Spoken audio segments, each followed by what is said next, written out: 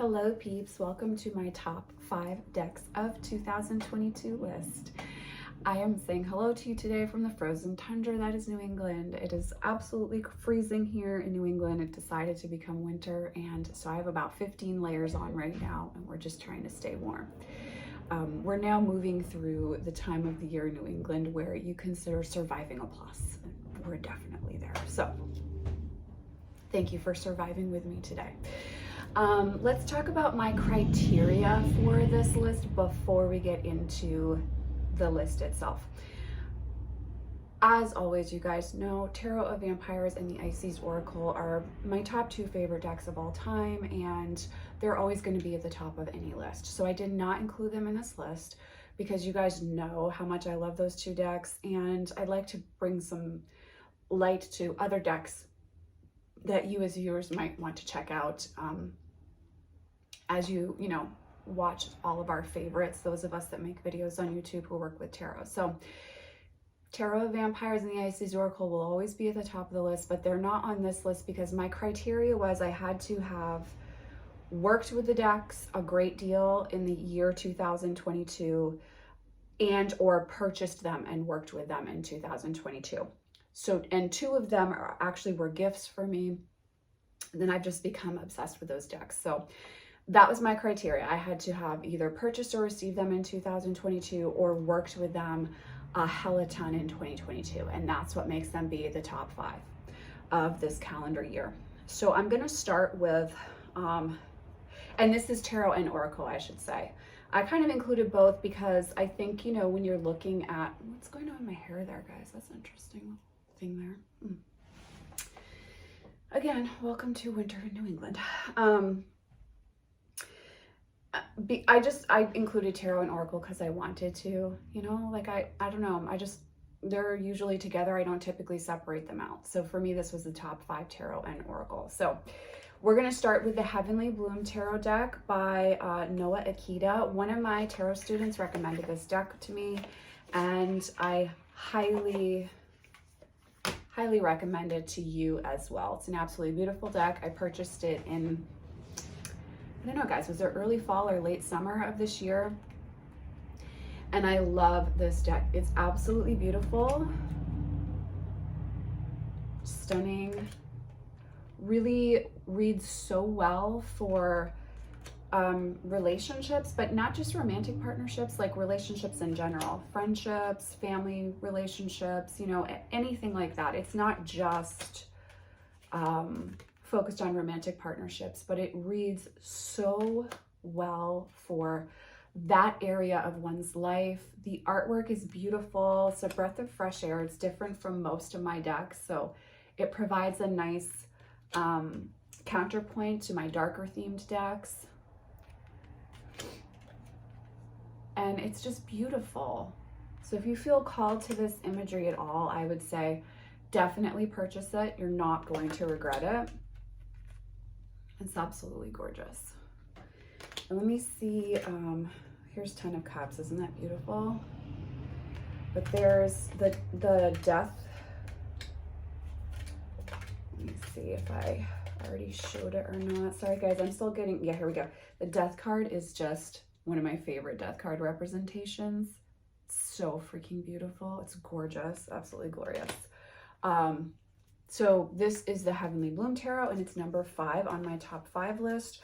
I use this deck a great deal in client readings, and like I said, especially relationship focused readings. It's really, it packs a powerful punch, just so you can compare size for this, because it is a long deck. This is the Darkwood Tarot, so you can see how much bigger it is lengthwise, and the card stock is super freaking slippery, so it does slide all over the place, just to prepare you if you purchase the deck. But this is number 5 on my list. I love this deck. I've used it a great deal and just felt really connected to it in 2022. And as I said with this list, guys, this isn't like my all-time. This is just what I've used the most in 2022 and or purchased and been really blown away by. Okay, so next I have Paolo Barbieri's Night Fairies Oracle. This was released in 2022, and I have been using it a shit ton for year ahead readings, so I'm very comfortable with this deck now. I'm ready to do a full review on the channel as well, which I will have coming to the channel soon. This deck, much like every one of the Barbieri decks, has a very distinct personality and it reads really well with others. This deck is very chatty. The artwork's absolutely beautiful. I don't know a single person I've read for who hasn't been like, oh my God, that deck was gorgeous that you used for my reading, you know? The artwork is just absolutely beautiful. Each of the fairies has a unique personality that you're gonna feel really connected to. And I don't know, it's like having tea with a best friend. That's what this deck is for me.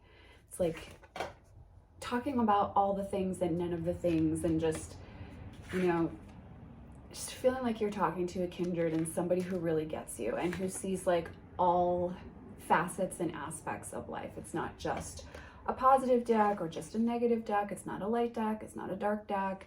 It's got like all of the various aspects. So I really love the Night Fairies Oracle. Can't recommend it enough. As I said, I am ready to do a full review on the channel. And it's one of those decks that like immediately I just felt connected to. Opened the deck up, started reading with it. It's, you know, I didn't need like a break-in time of getting used to it and getting to know it. It wasn't a problem deck for me. It was just like, boom, here it is, here we are, let's do the damn thing. So this is, again, the Night Fairies Oracle, and it's number 4 on my top 5 decks of 2022. Let's see. Who's going to be next? Okay. So this deck is one that I did not purchase. I don't think I purchased it in 2022. If I did, it would have been at the beginning of the year. Somebody will go back and look at my reveal video, I'm sure, but I used this deck almost constantly in 2022, and this is why it made the list. This is I said Paolo Barbieri. This is Corrado Roy's Murder of Crows Tarot. I have been using it for daily draws for most of 2022. Yeah, I can't stop using this deck. I love this deck so much. This is in my top 5 decks of all time, and I can't live without this deck. That's where I'm at. That's why it's on the list. I feel like this deck knows my soul, is my soul.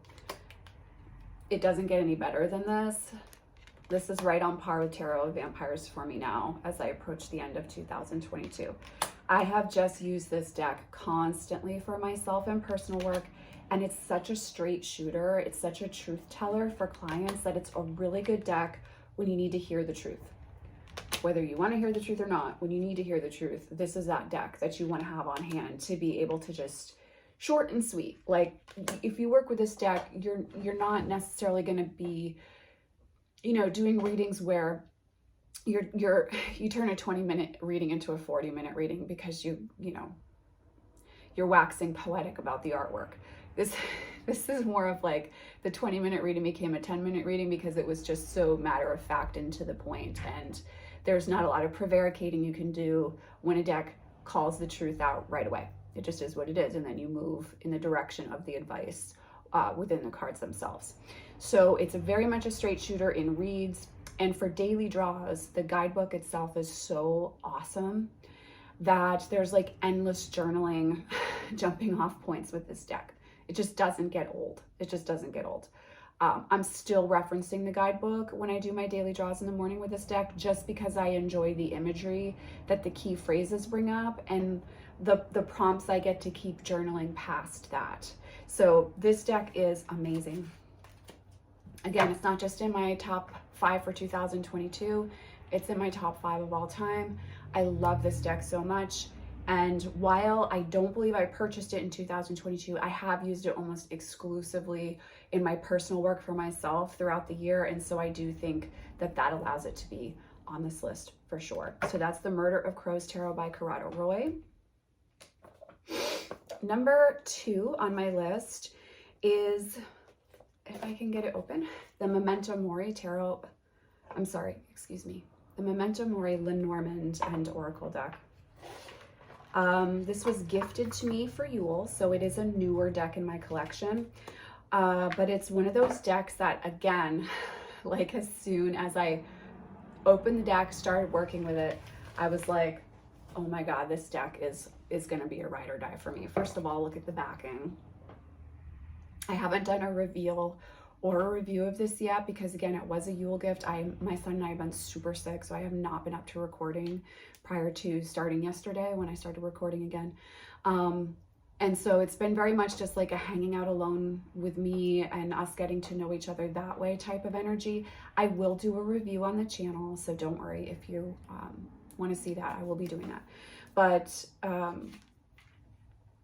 this is the Memento, Mori, Lenormand, and Oracle deck by Claire Goodchild. This is an indie deck, I believe, if I'm remembering right, and she's done the whole Oracle of Oddities series. Her decks have been pretty popular in the tarot community, and I did have some first editions which I gifted over time just with moves, etc., because I wasn't feeling super connected to them. However, this deck's doing it for me. Not gonna lie, I'm really in love with this deck. It made the list because it's just, I'm so smitten with it. And there's just something about the black roses and the death ephemera and just the whole feel that is the aesthetic of this deck as well. That just really speaks to my little goth heart. And as someone who works with Santa Muerta and Hades and dark deity and death gods and goddesses, and someone who just enjoys dark aesthetic in general, I love the imagery of this deck. I like how simple it is. I love that you can work with it Lenormand style, but it also has the freedom of an oracle deck within it as well.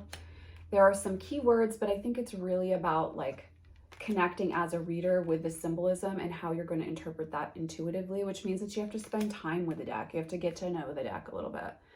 And I do love a difficult deck. Let's get real. Look at that one, Smoke. I love that one. There's just something really, really enjoyable. Let's see.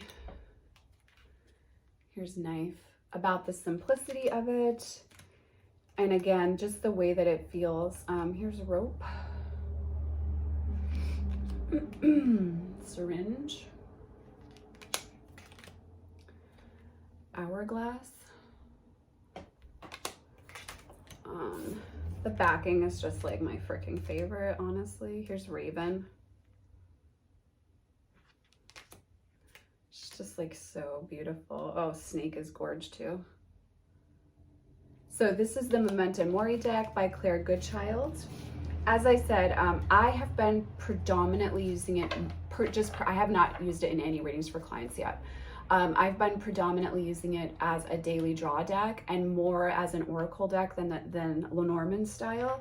Although, as you guys know, I have started studying Lenormand. And so I'm hoping in 2023 to get more time to devote to memorizing the system for Lenormand because it's quite stringent. It's not really intuitive. But right now I'm using this deck as an oracle deck, and so I am reading intuitively with it at the moment. But this is the Memento Mori deck, and this is number 2 on my list. My number 1 deck of 2022 is the Ritual Tarot by Tierra May. One of you sent this deck to me. I cannot thank you enough. It was one of the most beautiful gifts. This deck has just completely blown me away. I use this deck a lot in my 2023 year ahead reads, and this deck just has such a clear voice. It was like immediately like, I don't know, I just felt connected to this deck immediately. Like just the connection was so strong, and it's such just a joy to just go on a journey with. Like this is a deck that's talkative and like voluptuous and, you know, wants to have a dialogue and critique and sit and chat, and like it's not quick and to the point. It's much more like, let's take the longer road there. That's this deck. And it's just voluptuous and gorgeous and just it's so what word can I use here? It's just so yummy.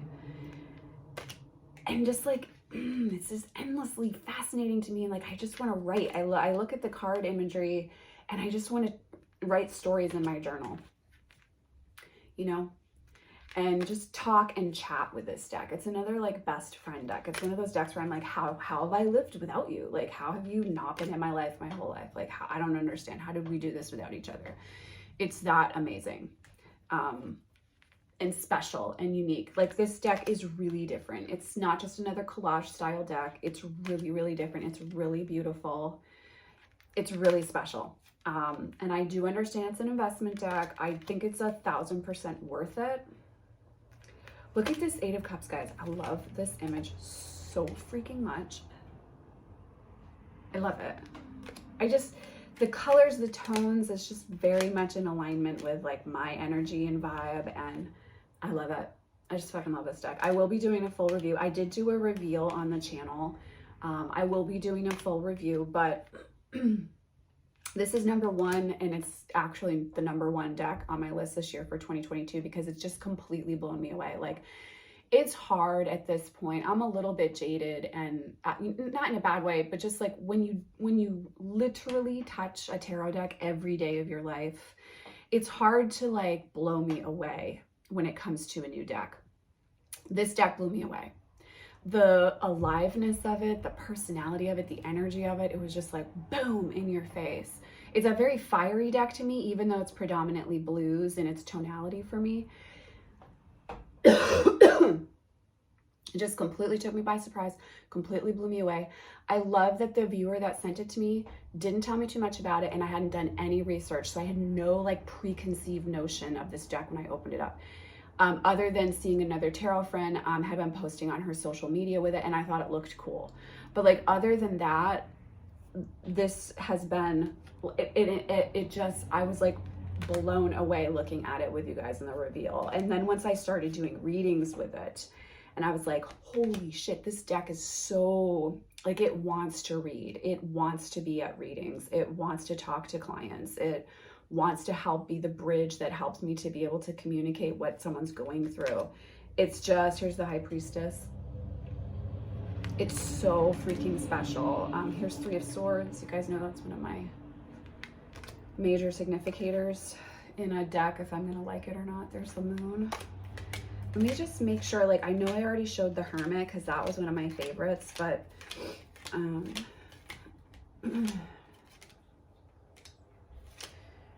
the Strength card's beautiful too. There's just something so special about it, and I love the shape of it. I love the way that it feels in my hands. I just fucking love this deck. It's amazing. Okay, let's see. Here's the Sun. The Fool is like gorge too. Here's the Chariot. This one. This is the other one I wanted to show. The 8 of Swords. The imagery in this 8 of Swords deck is just, even if you don't have any idea what the traditional interpretation of this deck is, this image says it all for you right there. Boom. You already know what the 8 of Swords means. Like, you already freaking know. Here's the last card I'll show you, which is the Tower. It's just an absolutely gorgeous deck. And I think, like, if I had to like align it with a goddess, it would be Kali or Sekhmet, because like I said, like, I love the blues in it. Like, visually the blues stick out to me, but energetically it's like a fire deck for me, and it feels very much in alignment with Ma Kali or Sekhmet. It's got that empowered, fiery, passionate, worked up energy about it, and that's the way it is. It's just a big personality. This deck is not like a, oh no, come get to know me slowly. It's not that kind of a deck. This deck is like, boom, here I am, and let's dish. I have some things to say to you. And that's this deck. So this deck is number 1 on my list. This is the Ritual Tarot by Tiara May. I believe she's putting together a 2nd edition right now with this very beautiful Lust card. And so that's going to be coming out in the near future. I will put the link, the updated link to her shop in the description box, so that if you want to check that out, you can. And if you want to place a pre-order, you can for that. But this deck is amazing. Amazing, amazing, amazing. Love this deck. So this has been my list, guys. These were the decks that, like, I couldn't leave alone, that became my best friends, that mean the world to me, that are like integral parts of my collection, that just throughout 2022, I was either introduced to them or just built my, solidified my relationship with them to such an extent that, you know, they made a very special list for me, which top 5 of the year is a big deal. I don't think I've ever done a top 5 of the year before in the channel, but consider this now a yearly series because it's fun to do, and it was fun to think about this list and decide what was going to go on the list as well. So I hope you are doing well out there in the world. If you're watching this at the time of recording as you prepare for the new year, I'm sending you best wishes for 2023.